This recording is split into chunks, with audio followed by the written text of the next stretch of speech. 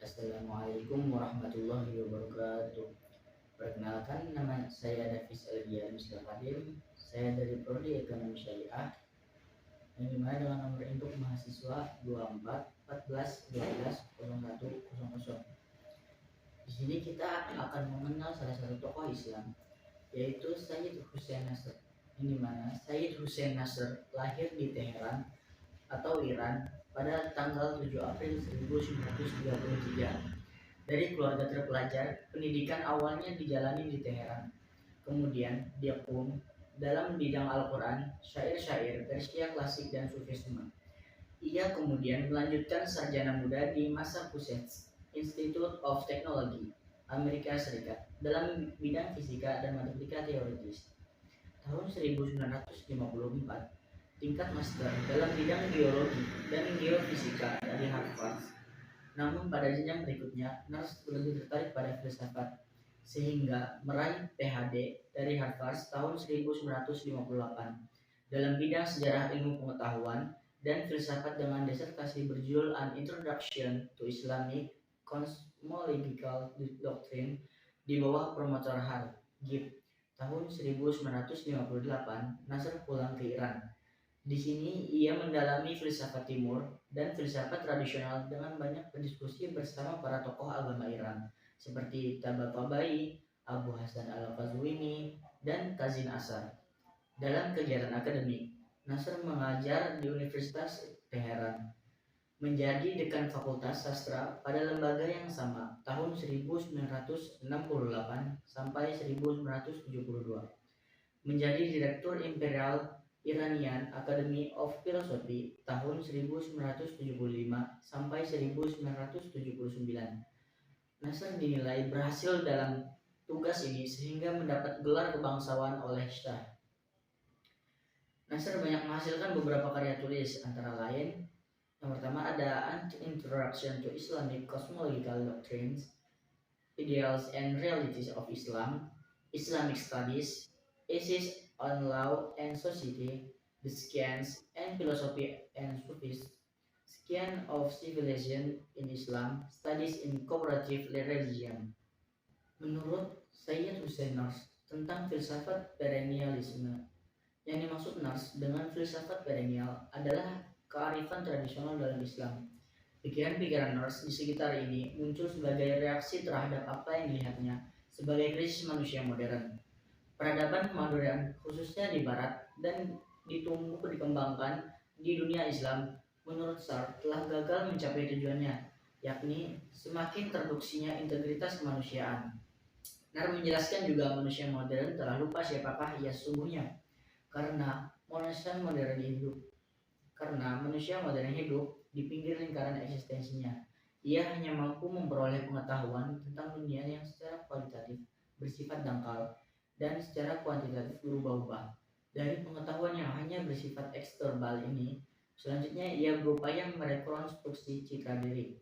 Dengan begitu, manusia modern semakin jauh dari pusat eksistensi dan semakin terperosok dalam jeratan pinggir eksistensi. Dengan demikian, filsafat perennial Sayyid Hussein Nars adalah respon yang dimunculkannya setelah melihat dengan seksama krisis manusia modern. Karenanya, topik yang paling menonjol dari pemikiran filsafatnya adalah tentang pembebasan manusia modern dari perangkap dan keterpalsuan budaya dan peradaban yang diciptakan manusia sendiri. Menurut Nasr, krisis manusia modern adalah memperlakukan alam seperti pelacur.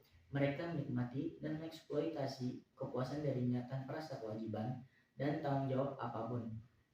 Inilah dampak dari sekularisasi sebagai inti modernisme yang telah menciptakan berbagai krisis di dunia modern. Tidak hanya krisis dalam kehidupan spiritual, tapi juga dalam kehidupan sosial sehari-hari. Selain itu, manusia modern sengaja membebaskan dari tatanan ilahiyah, teomorfisme, untuk selanjutnya membangun tatanan antropomorfisme, suatu tatanan yang semata-mata berpusat pada manusia menjadi tuan atas nasibnya sendiri. Karena inilah, filsafat perennial Sayyid Hussein Nars adalah respon yang dimunculkannya setelah melihat dengan seksama krisis manusia modern.